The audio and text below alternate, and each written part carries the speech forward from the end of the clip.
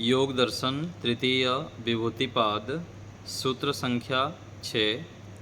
सूत्र है तस्य भूमिषु विनियोगः।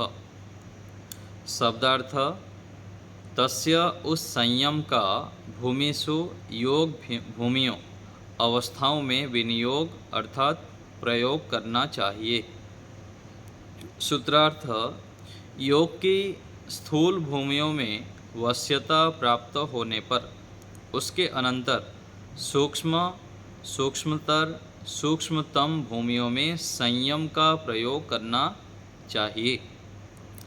पिछले सूत्र में 4 नंबर सूत्र में जो कहा गया था संयम के विषय में, धारणा, ध्यान और समाधि तीनों का एकत्र जब हम एक विषय में प्रयोग करते हैं वह संयम है।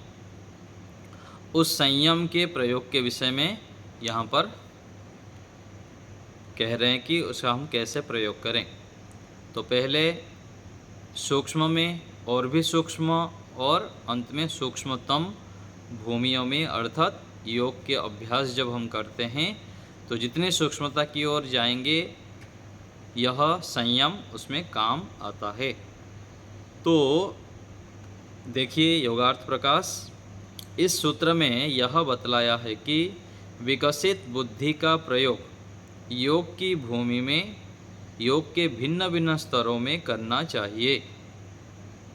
पहले तो बता दिए तज्जयात प्रज्ञालोकः, उस भूमि अर्थात जो संयम का प्रयोग होने पर, संयम करने पर प्रज्ञालोक अर्थात विशेष बुद्धि, विशेष ज्ञान की प्राप्ति होती है और उस ज्ञान का प्रयोग हमें आगे बढ़ते रहने के लिए प्रयोग करना चाहिए।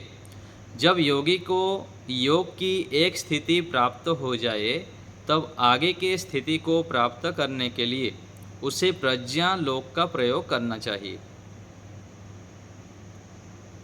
कोई व्यक्ति पर्वत पर चढ़ता जाता है तो अंधेरा होने पर उसको ऊपर चढ़ने के लिए दीपक आदि की आवश्यकता होती है। इसी प्रकार से ऊंचे योग की प्राप्ति के लिए योगी को ऊंची बुद्धि की आवश्यकता होती है। इसलिए कहा है कि उस प्रज्ञालोक का योग की अवस्थाओं में प्रयोग करना चाहिए। जैसे हम चर्चा करते हैं बार बार कि पहले व्यक्ति जब योगाभ्यास के मार्ग पर चलता है उसको अपना दोष दिखाई कम देता है और आगे बढ़ते जाने पर उसको अपना दोष दिखाई देता है, सूक्ष्म दोष दिखाई देता है। आगे फिर बढ़ता जाता है तो वह और भी अपने दोषों को जानता है, फिर उसको दूर करने के लिए प्रयत्नशील होता है। और दूसरे तरफ संसार के विषय में भी, संसार के व्यवहार से संबंधित जो सूक्ष्म बातें हैं वह उसे आने लग जाता है कि किससे कैसे व्यवहार करना है और किस प्रकार से अपने मानसिक स्थिति को संतुलन रखना है। जितना हम योगाभ्यास करते जाएंगे सत्व में प्रतिष्ठित होते जाएंगे और ईश्वर से अपना संबंध जोड़ते जाएंगे, उतने उतने मात्रा में हमें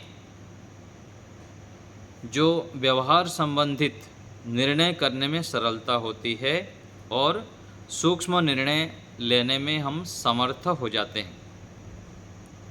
आज जो निर्णय ले रहे हैं और योगाभ्यास हम करते जाएंगे, श्रेष्ठ कार्य करते जाएंगे तो आगे 3 महीना, 6 महीना, 1 साल बाद उसी निर्णय को करने में हम पारंगत हो जाएंगे और भी श्रेष्ठ निर्णय ले पाएंगे। ये प्रत्यक्ष रूप में हमें दिखाई देता है। लेकिन धैर्यपूर्वक उसमें चलते रहना पड़ता है और जो भी हम योगाभ्यास करते हैं, स्वाध्याय, साधना आदि करते हैं अपने अपने स्तर पर, उसमें हमको निरंतर विकसित करते रहना चाहिए, उसमें शुद्धता करते रहनी चाहिए अथवा उस अभ्यास को निरंतर बढ़ाते रहना चाहिए। मान लीजिए कोई व्यक्ति 10 मिनट का ध्यान करता है तो उसको धीरे धीरे 12 मिनट है, 15 मिनट है, 20 मिनट और ऐसे करके आधा घंटा धीरे धीरे बढ़ाना चाहिए। और स्वाध्याय का समय है, एकांत सेवन का समय है। इन समयों को निरंतर बढ़ाते रहना चाहिए। जैसे व्यापारी व्यक्ति होते हैं, कोई व्यापार करता है तो अपने धन को बढ़ाने के लिए अलग अलग नए नए व्यापार करते हैं।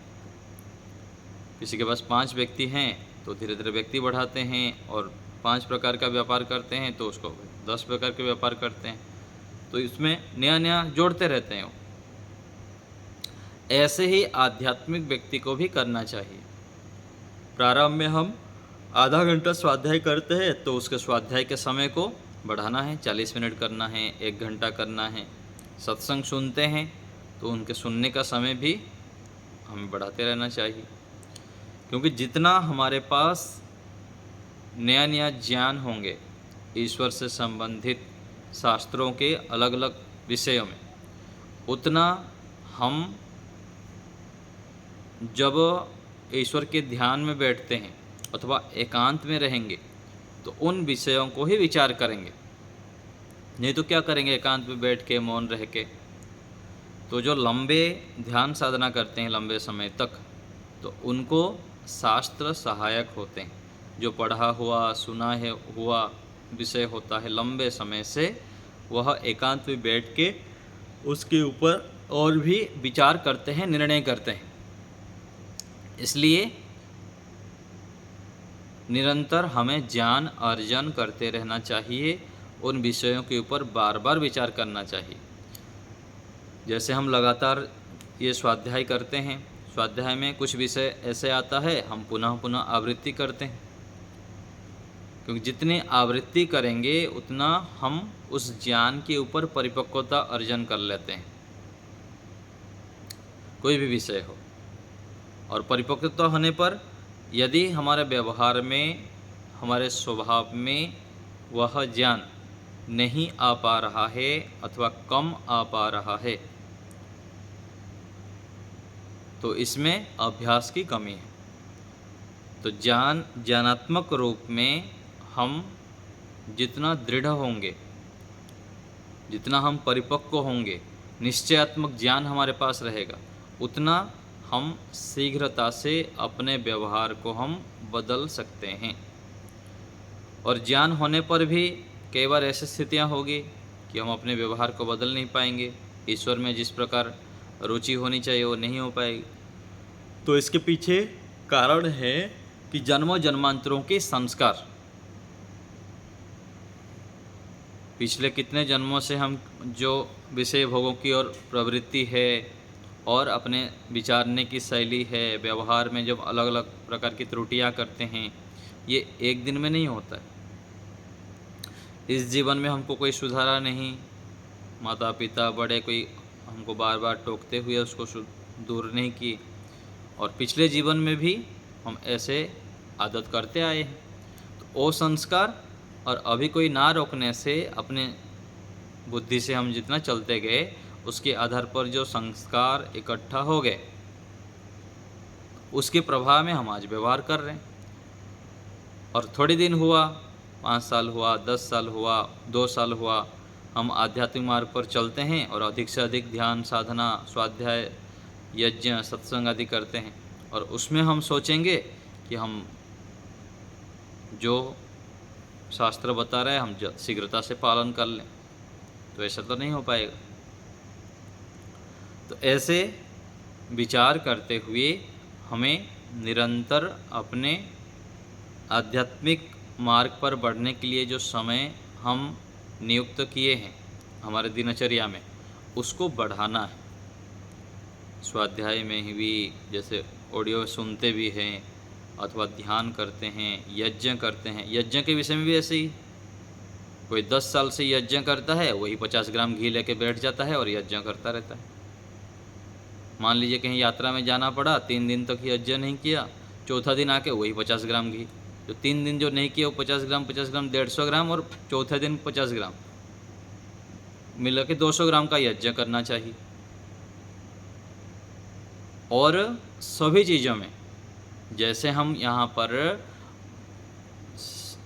ध्यान स्वाध्याय साधना का समय बढ़ाने की बात चल रहा है, ऐसे ही दान पुण्यों के विषय में भी। और दूसरे शब्दों में यज्ञ में घी आदि प्रयोग करने के विषय में भी, सामग्री की क्वालिटी के विषय में भी, इसका भी क्वालिटी बढ़ाना है, उसमें भी हमको मात्रा को बढ़ानी है। फिर कैसे होगा? पुण्याशय यदि नहीं बढ़ेगा तो हमारा मन कैसे एकाग्र हो सकता है? आज तनख्वाह हमारा 15,000 था, उसमें जितना हम दान पुण्य करते थे, जब हमारा तनख्वाह 25,000 हो गया, उसी में भी हम उतना दान पुण्य करते हैं। उसमें भी तो हमको बढ़ाना चाहिए। और ये जो हम दान पुण्य बता रहे हैं, जो भी अपने अच्छे कार्य में समय बता रहे हैं, जितना हम बढ़ाएंगे, चाहे यज्ञ में घी की मात्रा बढ़ा रहे हैं, सामग्री की अच्छी क्वालिटी कर रहे हैं, कहीं भी हम सहयोग जब करते हैं उसको भी बढ़ाते हैं, तो ये सब क्या है? हमारा पुण्याशय है। जितना हमारे पुण्याशय अधिक से अधिक होगा, उतना हम शीघ्रता से ईश्वर की ओर बढ़ेंगे। केवल धन ही नहीं, मन से भी और तन से भी। जैसे गुरुद्वारा में जाते हैं ना लोग सेवा देने के लिए, वहाँ बर्तन धोते हैं, चप्पल पॉलिश करते हैं, ये क्या है? किस लिए करते हैं? इससे अभिमान की नाश होती है। अभिमान का नाश होने से व्यक्ति का मन शुद्ध होता है, अपने आप को बड़ा नहीं दिखता। ऐसे ही हमको भिन्न भिन्न आश्रमों में, धर्म स्थानों पर, जहाँ पर अच्छे कार्य हो रहा है वहाँ पर जाके सेवा भी देनी चाहिए, शरीर से, यथा सामर्थ्य। तो शरीर से भी हमको सेवा देना है और मन से भी ऐसे ही बड़े बड़े सोच करना चाहिए, विश्व मंगल की भावना रखनी चाहिए। जितना हम ईश्वरीय गुणों को धारण करेंगे, उतना शीघ्रता से, उतनी मात्रा में हम आध्यात्मिक पथ पर बढ़ेंगे और अपने चित्त वृत्तियों का निरोध भी कर सकते हैं, योगाभ्यास ठीक ठीक कर सकते हैं। और उसके लिए हमें अभिमान को नाश करना पड़ेगा। और ईश्वरीय गुण क्या है? ईश्वरीय गुण है कि परमात्मा सदैव देने के लिए तत्पर रहते हैं। हमें भी देने के लिए तत्पर रहना पड़ेगा। जो भी हमारे पास है, किसी के पास ज्ञान है तो ज्ञान बांटे आवश्यक व्यक्तियों को। कुछ कुछ व्यक्ति होते हैं गरीबों की झुपड़ियों में जाते हैं, वहाँ पर बच्चों को पढ़ाते हैं, अथवा स्कूलों में भी जाते हैं। मान लीजिए कोई 20-30 साल नौकरी किया, रिटायर्ड हो गया, उनके पास ज्ञान है, अनुभव है, अभी समय उनका बचा हुआ है, तो जाके प्राइमरी स्कूल में हैं, कहीं पर अलग अलग स्कूल में जाके अपने जो अनुभव है, अपने जो जीवन में जो अलग अलग क्षेत्र में किया हुआ कार्य है, उसके आधार पर जाके वहाँ पर सिखाएं। ये भी तो दान है, ज्ञान का दान देना। तो हमें दानशील बनना है, ईश्वरीय गुणों को धारण करना है, तन से भी, मन से भी और धन से भी, शरीर से, वाणी से और मन से। वाणी से भी हम दान करते हैं, जैसे पढ़ाते हैं किसी को तो ये दान हो रहा है, शरीर से सहयोग दे रहे हैं तो दान है। तो निरंतर हमें विकसित होना है, समय को बढ़ाना है। और जैसे आपको निवेदन किया, यज्ञ के विषय में भी जितने आप हमारे साथ कक्षा में जुड़ते हैं अथवा आपके संपर्क में कोई व्यक्ति आते हैं तो उनको प्रेरित करिए। यज्ञ यदि आप 5 साल से कर रहे हैं, 10 साल से कर रहे हैं, तो उसमें यज्ञ के घी भी मात्रा बढ़ाइए। कोई हमको बार बार ना बताए, ना सिखाए, तो हम वहीं पर, जहाँ पर है वहीं पर खड़े रहते हैं। तो पहले हम 50 ग्राम घी से कर रहे थे, तो उसको बढ़ाएं, 60 ग्राम, 70 ग्राम, 100 ग्राम घी तक जाएं। पहले 50 रुपया सामग्री ला के बाज़ार से कर लेते थे, तो सामग्री क्वालिटी को भी बढ़ाइए, उसमें अच्छे अच्छे ड्राई फ्रूट्स मिलाइए और सुगंधित कुछ गूगल आदि मिला के उसके क्वालिटी को बढ़ाइए। तो इससे पर्यावरण की शुद्धि से लेकर अनेक लाभ हम कर पाते हैं। तो हमें अपनी आध्यात्मिक उन्नति को निरंतर बढ़ाते रहना चाहिए। उसके लिए ध्यान साधना का समय बढ़ाएं, मौन का समय भी बढ़ाना चाहिए। सप्ताह में कुछ समय ऐसे निकालें कि एकांत में बैठें। एक एक दिन भी निकाल सकते हैं जो रिटायर्ड हो गए हैं और जिनके पास समय है। सप्ताह में 4-5 घंटा ऐसे बता दे घर में कि मुझको बातचीत किससे नहीं करना है, अलग से मैं कमरे में रहूँगा। और कभी कभी महीने में 1 दिन पूरा कमरे के अंदर रहना है, बाहर नहीं निकला, किससे बातचीत नहीं करना, मोबाइल साइड करके रख देना है। और उसमें अधिक से अधिक जप करना है, ईश्वर के विषय में चिंतन करना है, स्वाध्याय अधिक से अधिक करना है। तो जितना हम समय लगाएंगे ईश्वर के सानिध्य में बैठने के लिए, ईश्वर के गुण कर्म स्वभाव के विषय में चिंतन करने के लिए, उतने शीघ्र हम मन को एकाग्र कर सकते हैं। जो शिकायत करते हैं ना, मन तो एकाग्र होता ही नहीं, ध्यान में मन लगता ही नहीं है, तो उसका कारण यह है कि हम जितना समय लगाना चाहिए उतना समय नहीं लगाते। और इतना सालों तक हम जो संस्कार इकट्ठा किए उसका तो थपेड़ा तो लगेगा ही, उसका प्रभाव तो पूरा बहुत वेग से है। उस वेग को रोकने के लिए उस विपरीत कार्य को करना होगा। तो यहाँ पुस्तक में आएंगे तो योग की अवस्था को प्राप्त करने के पश्चात उससे आगे की अवस्था को प्राप्त करने के लिए प्रयास करना चाहिए। यदि निकट वाली अवस्था को छोड़कर ऊंची दूर वाली अवस्था को प्राप्त करने का प्रयास किया जाता है तो योगी को उसमें सफलता नहीं मिलती। इसलिए क्रमशः योग की एक एक अवस्था को प्राप्त करते हुए ही योगी को आगे की अवस्था को प्राप्त करने का प्रयास करना चाहिए। तो यही चीज़ अब बताया मैं आपको कि एकाएक हम कूद मारेंगे तो नहीं होगा। धीरे धीरे धीरे जब हम इन कार्यों को बढ़ाते रहेंगे तो एक दिन ऐसा आएगा कि हम ऊंचे स्थिति को भी प्राप्त कर लेंगे। उसके लिए लंबे समय तक, कई सालों तक लगना पड़ता है, धैर्यपूर्वक। सालों तो कम है, जन्म लग जाता है।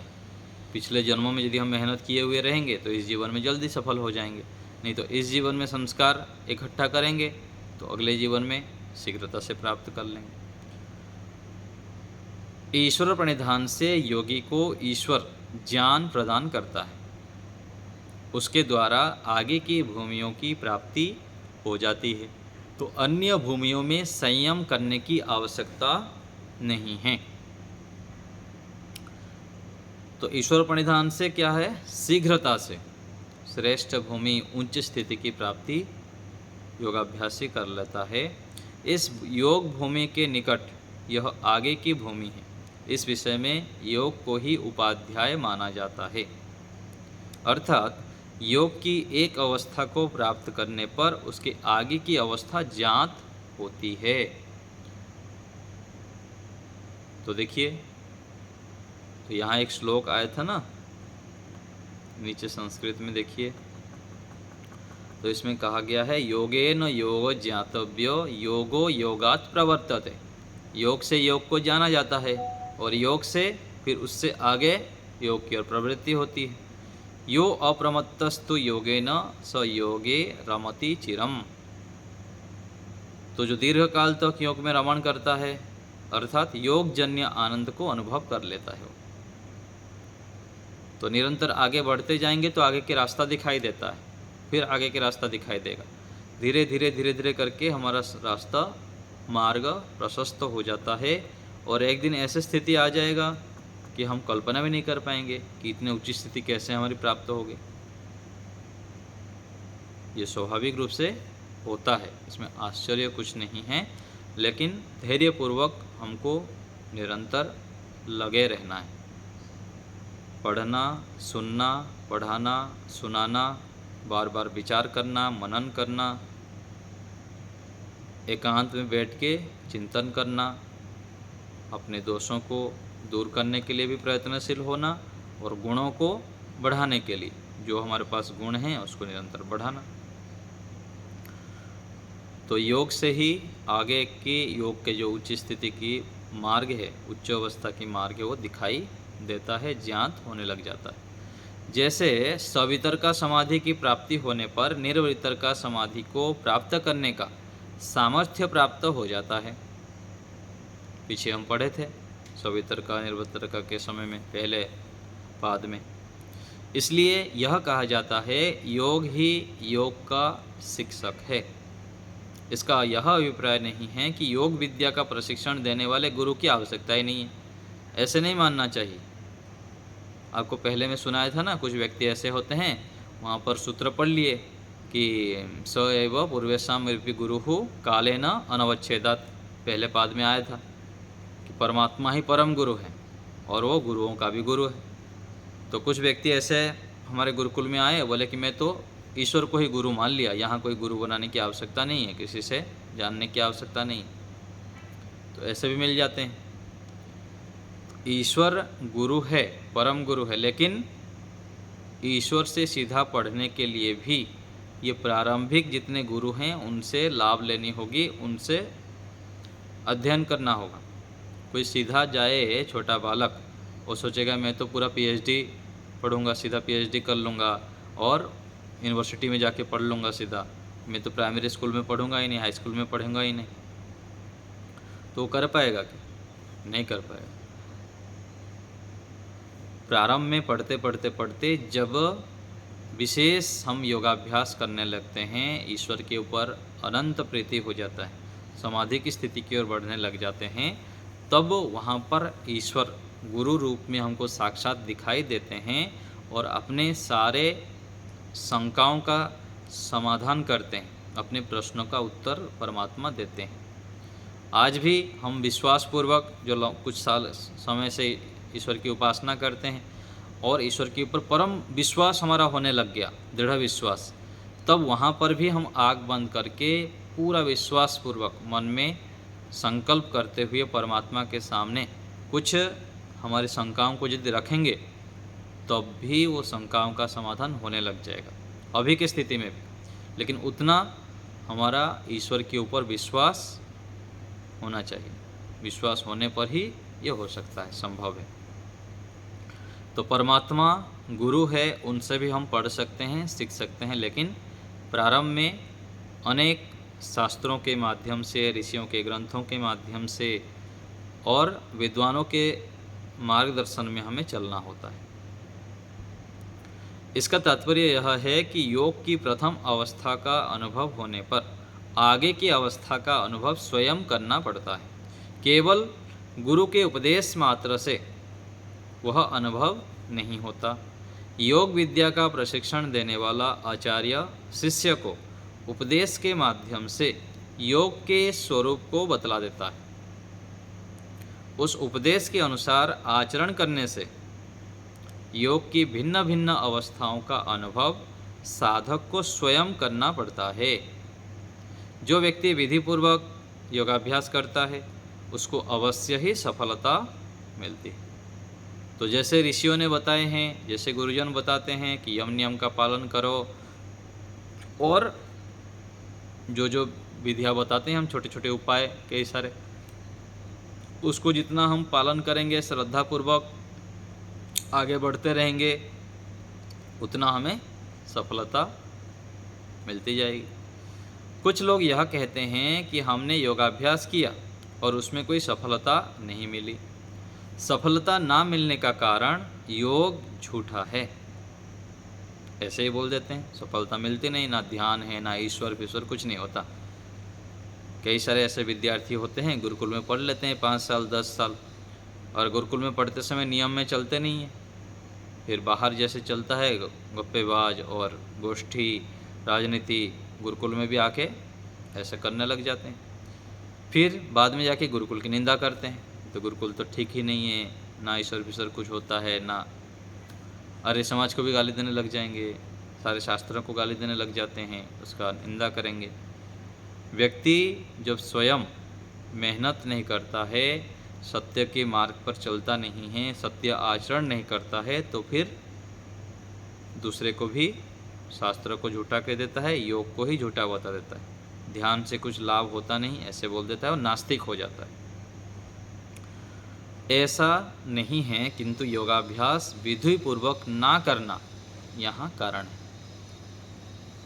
तो विधि पूर्वक, धैर्यता पूर्वक, गुरुजनों के प्रति श्रद्धा रखते हुए, तपस्या पूर्वक, ब्रह्मचर्य पूर्वक, कोई व्यक्ति ब्रह्मचर्य का पालन करता ही नहीं, संयमित रहता ही नहीं, खान पान में शुद्धता नहीं है, विचारों पर शुद्धता नहीं है, इंद्रियों पर संयम नहीं है, तो वो भी योग के मार्ग पर सफल नहीं हो सकता है। अनेक उपायों को जब हम अपनाते हैं तब हम मन को एकाग्र कर पाते हैं, वृत्तियों को निरोध कर पाते हैं और जो आध्यात्म प्रसाद है, जो प्रज्ञालोक यहाँ पर कहा गया, उसको हम प्राप्त करते हैं। इसके लिए धैर्य चाहिए। कोई एकाएक कोई व्यापार धंधा करता है तो उसको भी कहाँ सफलता मिल जाती है। कितना मेहनत करना पड़ता है, कितने प्रकार से उपाय करना पड़ता है, दिन रात मेहनत करना होता है, लंबे काल तक कितने बार बार गिरना होता है, उठना होता है, फिर जाके वो सफल होता है। तो ऐसे ही आध्यात्म मार्ग में भी हमें धैर्यपूर्वक चलना चाहिए। जैसे मैं आपको निवेदन किया कि जितना हमारे पास ज्ञान विज्ञान है उसमें हम समय लगाएं, मौन रहें और लौकिक व्यवहारों को कम करें। स्वाध्याय का समय बढ़ाएं, मौन का समय बढ़ाएं, सत्संग का समय बढ़ाएं, यज्ञ आदि अधिक से अधिक करें। पूर्णिमा को है, यदि आप सामर्थ्यशाली हैं तो बड़े बड़े यज्ञ का भी आयोजन करें। चतुर्वेद शतकम यज्ञ करें, गायत्री मंत्र से 1,000 आहुति दें, 10,000 ये करें। जैसे हमारे देहरादून में एक रहते हैं ना, स्वामी चित्तेश्वरानंद जी हैं, वो तो करोड़ों बार 1 करोड़ गायत्री मंत्र से आहुति, कई लाख गायत्री मंत्र से आहुति, ऐसे बड़ा बड़ा यज्ञ करते थे। तो ऐसे भी हमको करना चाहिए। जितना हम संसार का उपकार करेंगे, बड़े बड़े यज्ञ करेंगे और श्रेष्ठ कार्य करेंगे, उतना हमारा पुण्य कर्मा से बढ़ता है। जितना पुण्य कर्मा से बढ़ेगा उतना हम शीघ्र योग के मार्ग पर बढ़ते हैं। हमारे सिद्धानंद जी के देख लीजिए, पूज्य स्वामी सत्यपति महाराज जी को देखिए, आज हमारे पूज्य स्वामी विवेकानंद जी महाराज भी कितना देखिए परोपकार कर रहे हैं। जितना भी उनको सहयोग आता है अच्छे अच्छे कार्य में लगाते रहते हैं और इतनी आयु में भी वो लगातार अच्छे लोगों को उपदेश कर रहे हैं, पढ़ा रहे हैं, सुना रहे हैं। ये क्यों कर रहे हैं? क्योंकि जितना हम ईश्वर की आज्ञा का पालन करेंगे, ईश्वर क्या कर रहे हैं? ईश्वर दे रहे हैं, निरंतर दे ही रहे हैं। हम भी देते जाएंगे तो ईश्वरीय गुण हमारे पास आने लग जाएगा। तो हमारा प्रिय के कौन बनता है? जो हमारे गुण कर्म स्वभाव को धारण करता है, हमारे जैसे हम जैसे चाहते हैं वैसे करने लग जाता है। ऐसे ही ईश्वर के प्रिय कौन होंगे? ईश्वर जो चाहते हैं वैसे हम यदि करने लग जाएंगे तो हम भी ईश्वर के प्रिय बन जाएंगे, ईश्वर का फिर दर्शन कर लेंगे। तो इस प्रकार हमें विचार करना चाहिए और संयम जो कहा गया, प्रज्ञालोक जो कहा गया, उसको हम अपनाएं, निरंतर आगे बढ़ते रहें, योग मार्ग पर डटे रहें। अभी आप लोग को कुछ पूछना हो तो बताइए।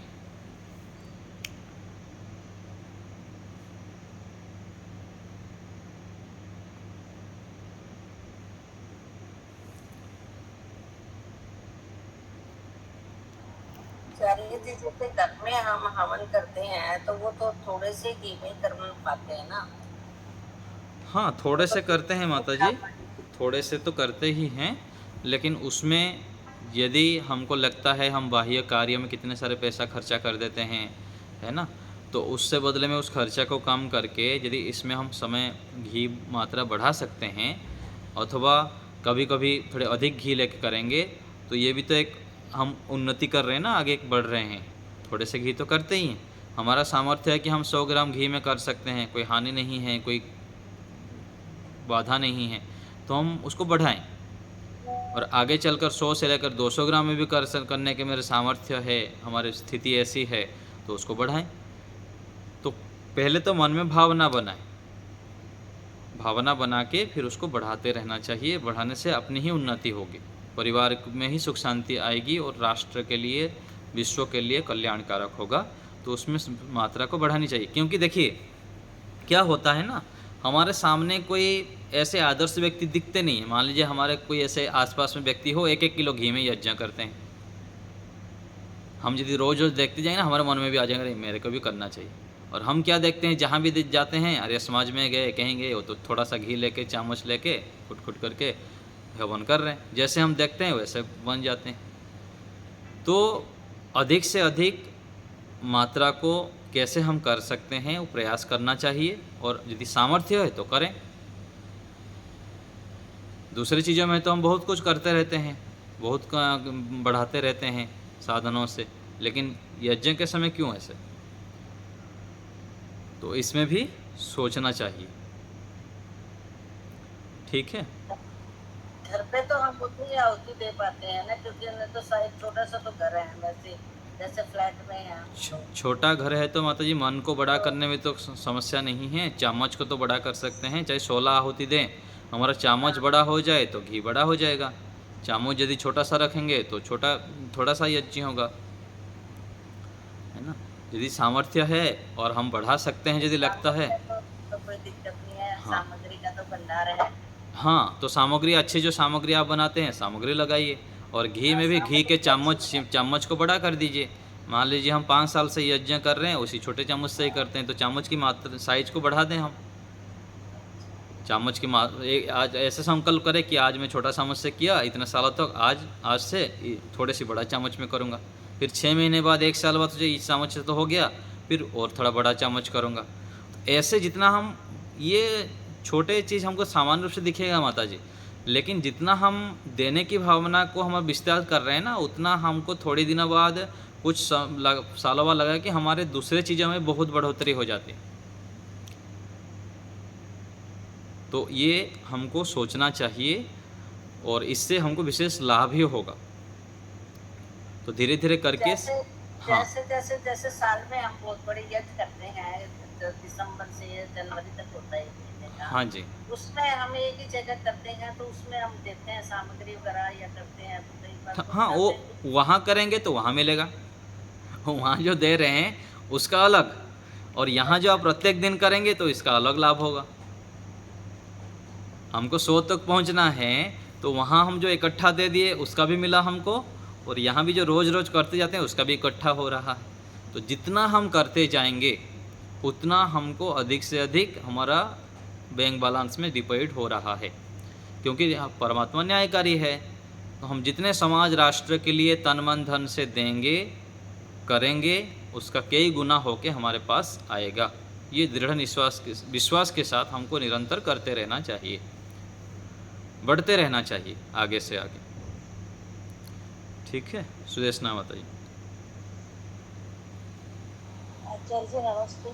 आचार्य जी, यहाँ जो लिखा हुआ है योग ही योग का शिक्षक है, हम्म और फिर यहाँ लिखा हुआ कि योग प्रशिक्षण के लिए किसी गुरु की आवश्यकता है।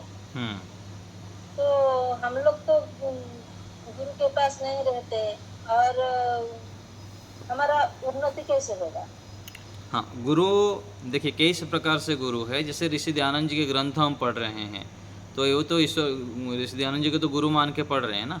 यहाँ पर हम योग दर्शन पढ़ रहे हैं, महर्षि पतंजलि जी को गुरु मान के उनके ज्ञान को पढ़ रहे हैं, और महर्षि व्यास जी के ज्ञान की तो हम पढ़ रहे हैं ना।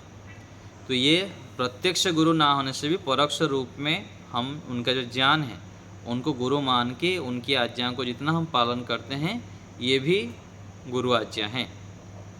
सीधा गुरु के सामने पढ़ना उसका अलग लाभ है, और गुरु के द्वारा लिखा हुआ अथवा उनके द्वारा उपदेश बातों को अपने जीवन में लाना, ये भी गुरु संदेश है, गुरु आज्ञा पालन है।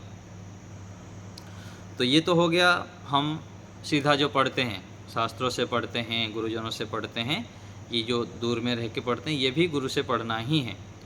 पढ़ना अर्थात उनकी आज्ञाओं के अनुसार अपने आचरण को करते जाना।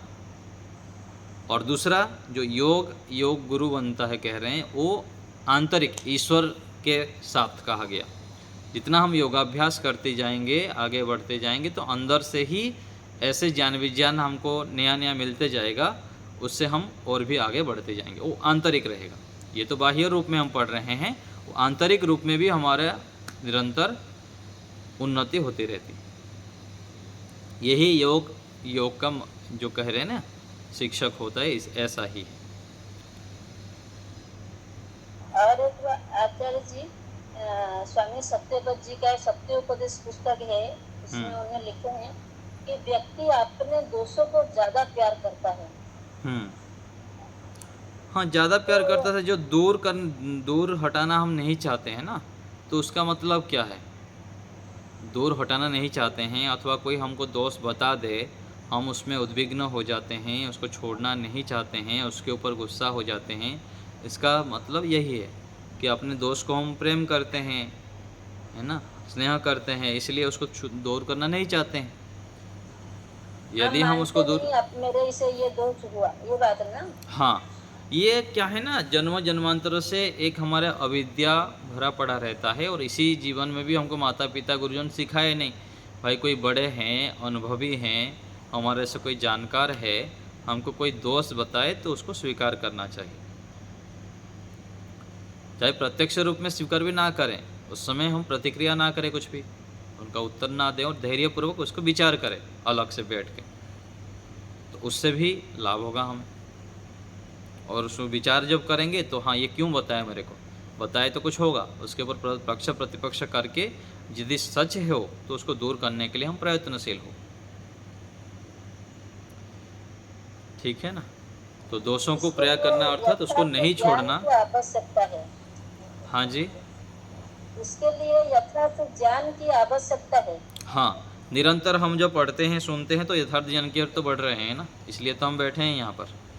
यथार्थ ज्ञान को प्राप्त करने के लिए ही हम सारे क्रियाओं को कर रहे हैं। जितने हम आध्यात्मिक क्रियाओं को कर रहे हैं, संसार से हट के, समय पर सोना, उचित खान पान करना, है ना, जितने भी अच्छे कार्य कर रहे हैं, उसका मूल उद्देश्य यही है कि हम यथार्थ ज्ञान की ओर बढ़ें, यथार्थ ज्ञान को प्राप्त करें।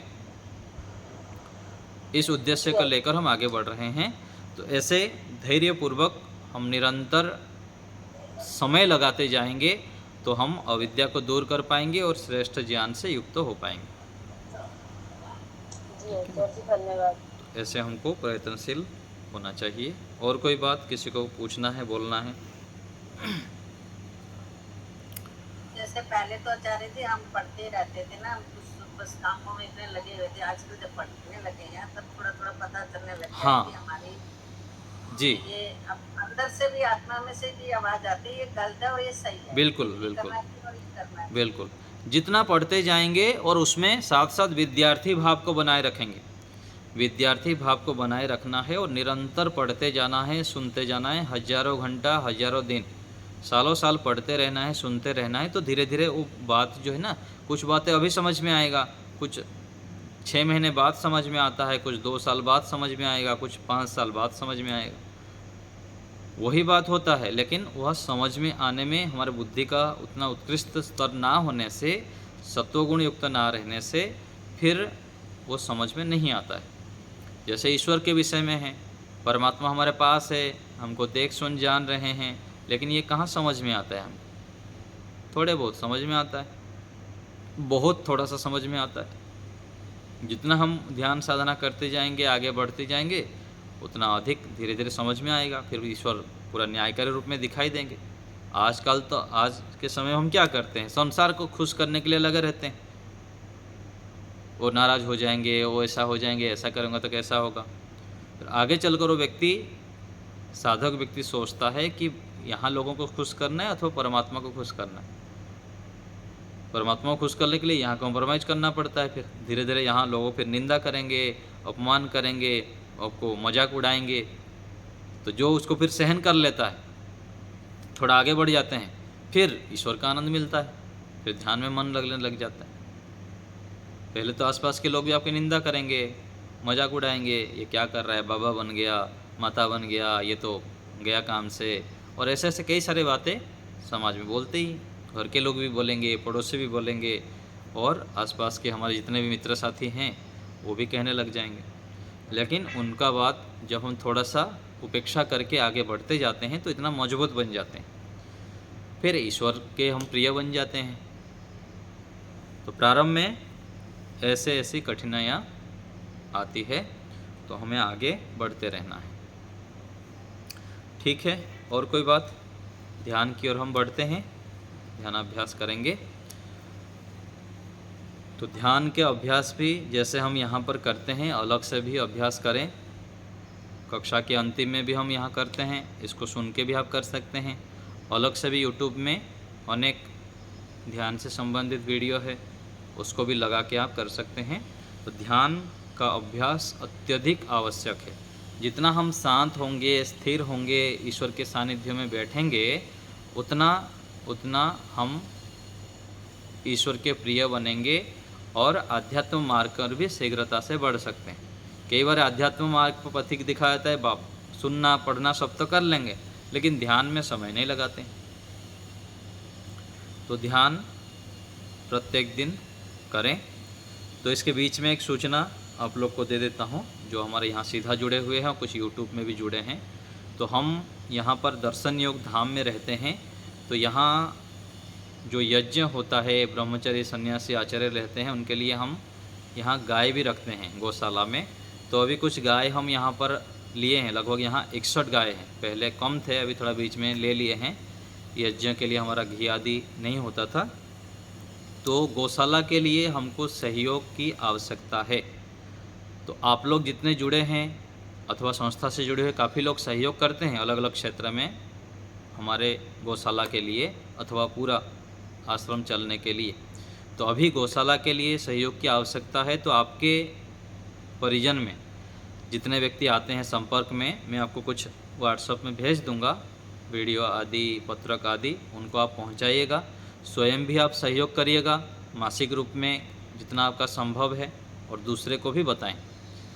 तो आप लोग तो करते ही हैं, आपको भी अधिक करना है और दूसरे अन्यों को भी बताना है। सबके सहयोग से ये धार्मिक कार्य होता रहता है, ब्रह्मचर्यों का काम और ये गुरुकुल का कार्य, गौशाला का काम। तो इसको हमें बढ़ाना है। तो ये एक निवेदन था। तो आप गौशाला के लिए सहयोग करिएगा और दूसरे को भी सूचना दीजिएगा। चलिए हम अभी ध्यान का अभ्यास करते हैं।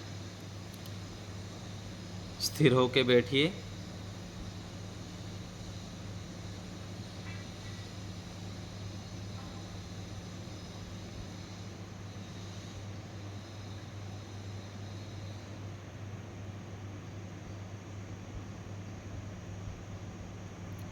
शरीर को बिल्कुल स्थिर करना है। जहाँ पर भी आप लोग बैठे हैं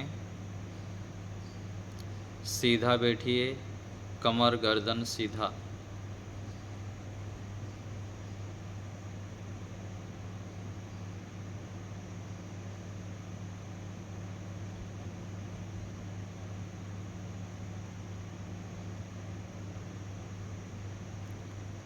आँखों के सामने घनघोर अंधकार की स्थिति।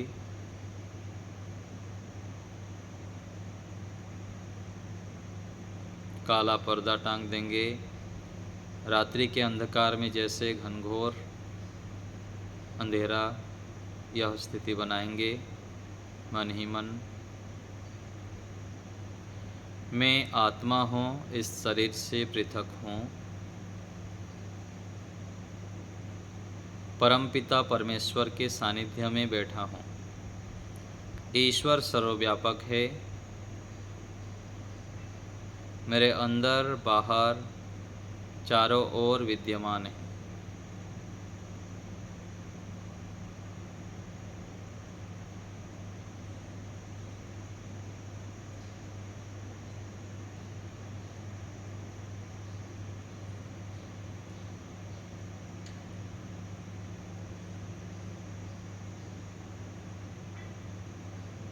परमात्मा हमारे परम हितैषी हैं।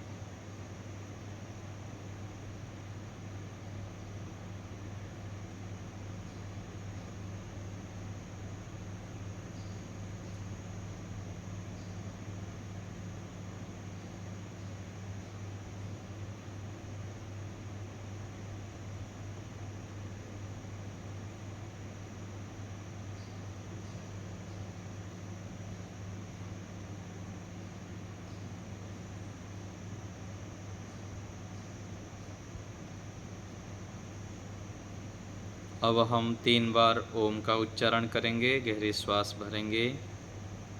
अर्थ विचार पूर्वक ओम का उच्चारण, ईश्वर समर्पण पूर्वक श्वास भरें। ओ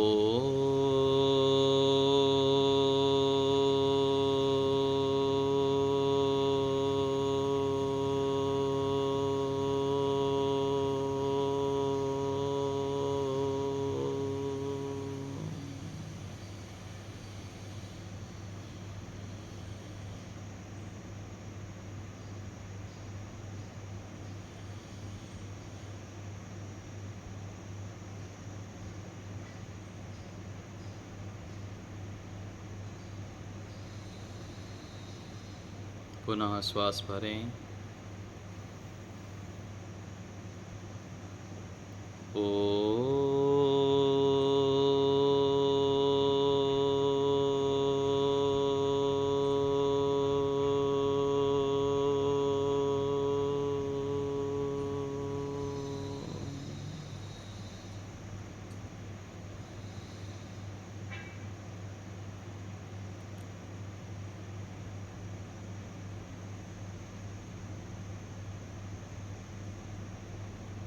फिर से श्वास भरेंगे।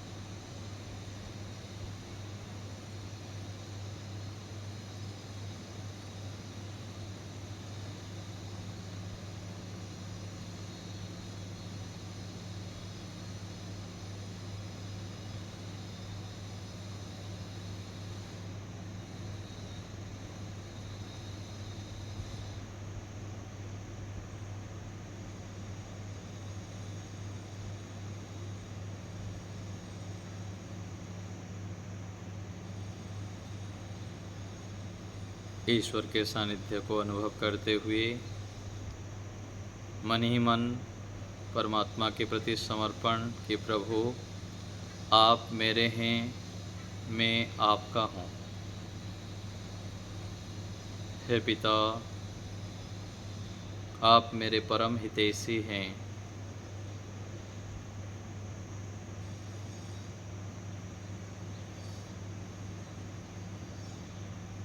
आप सदा मेरे साथ रहते हैं, मेरा हित चाहते हैं। हे प्रभु, आप महान हैं, दिव्य गुणों से युक्त हैं। हे प्रभु, हे परम दयालु पिता, मेरे ऊपर कृपा कीजिए, मुझे सद्बुद्धि दीजिए।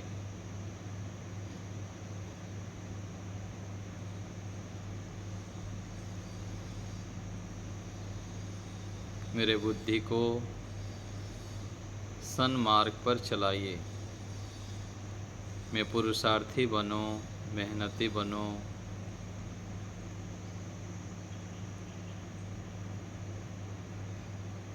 आपकी आज्ञाओं को पालन करूं।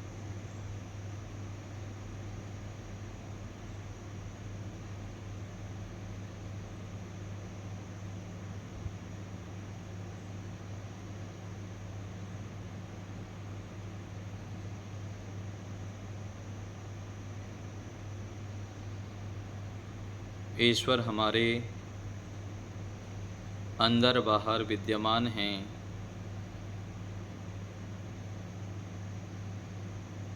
ईश्वर के गुणों को हम धारण कर रहे हैं।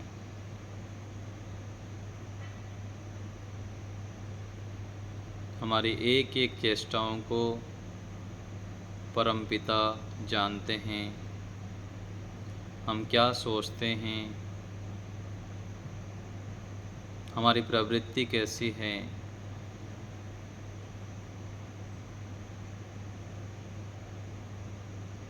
बाहर क्या आचरण करते हैं, अंदर क्या आचरण करते हैं, परमात्मा देख रहे हैं।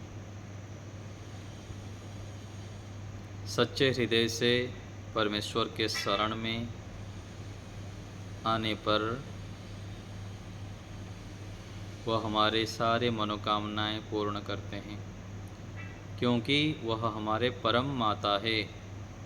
जैसे यहाँ माता जी होते हैं, हम कोई भी डिमांड रखते हैं, मांगते हैं तो याचना करने पर देते हैं। ऐसे ही परमात्मा हमारे परम माता है।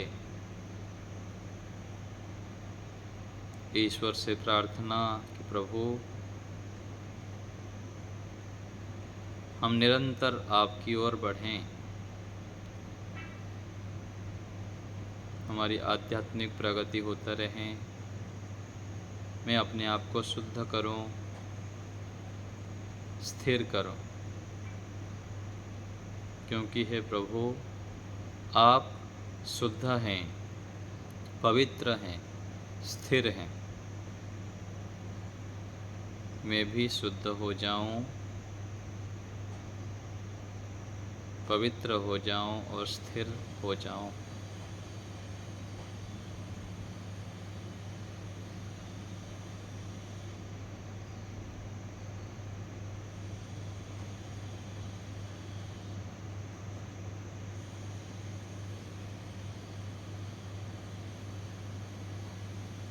पुनः हम 3 बार ओम का उच्चारण करेंगे, अर्थ विचार पूर्वक, परमात्मा के प्रति समर्पण भाव बनाते हुए। ओम परमेश्वर का मुख्य नाम है, निज नाम है। ओम के माध्यम से हम ईश्वर को स्मरण समर्पण करते हैं। श्वास भरें।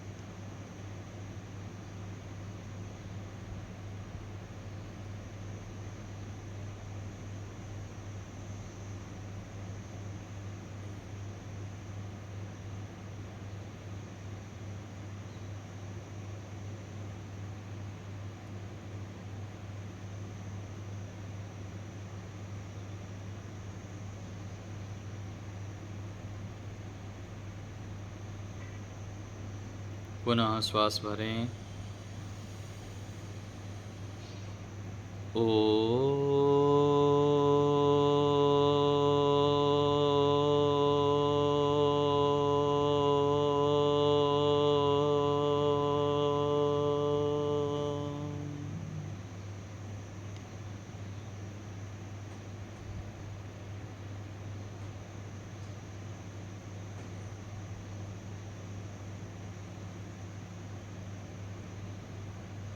बिल्कुल स्थिर शांत होकर ओम में खो जाना, अर्थ विचार पूर्वक।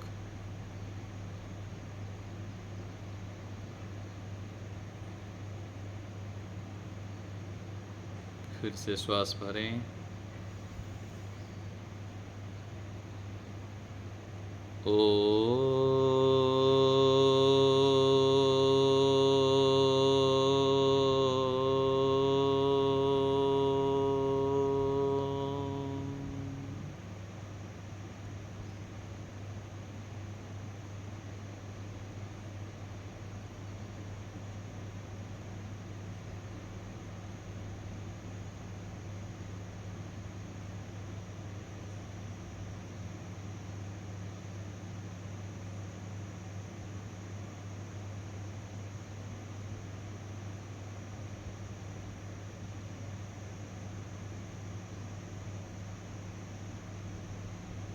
अब हम विराम की ओर चलेंगे।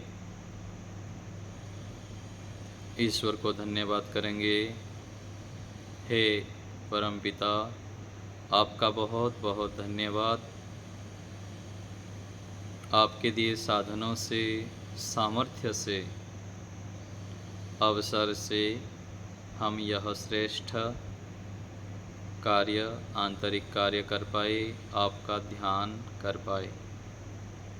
हे प्रभु, आप हमारे ऊपर कृपा कीजिए। हम नित्य प्रति आपका ध्यान करें, आपके सानिध्य में बैठें, आपकी आज्ञाओं का पालन करें।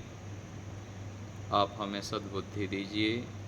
पुनः आपका बारंबार धन्यवाद।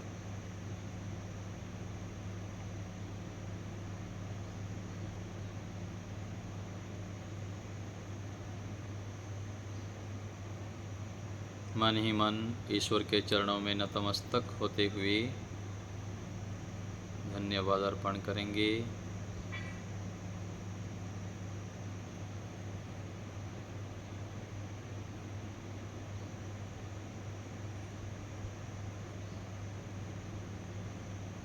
अब विराम देंगे। धीरे धीरे हाथों को घर्षण करते हुए मुख में स्पर्श करेंगे। दोनों हाथों के बीच में पलक झपकते हुए धीरे धीरे नेत्रों को खोलेंगे।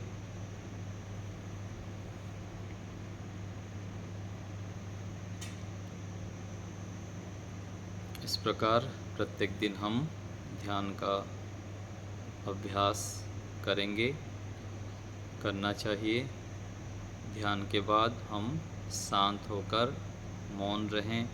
आगे की क्रियाओं को मौन, गंभीर, शांत होके करते रहना चाहिए। जितना हम मौन, गंभीर रहेंगे, ईश्वर प्रणिधान से युक्त रहेंगे, उतना हमारे लिए हितकारी है। यहीं विराम देते हैं।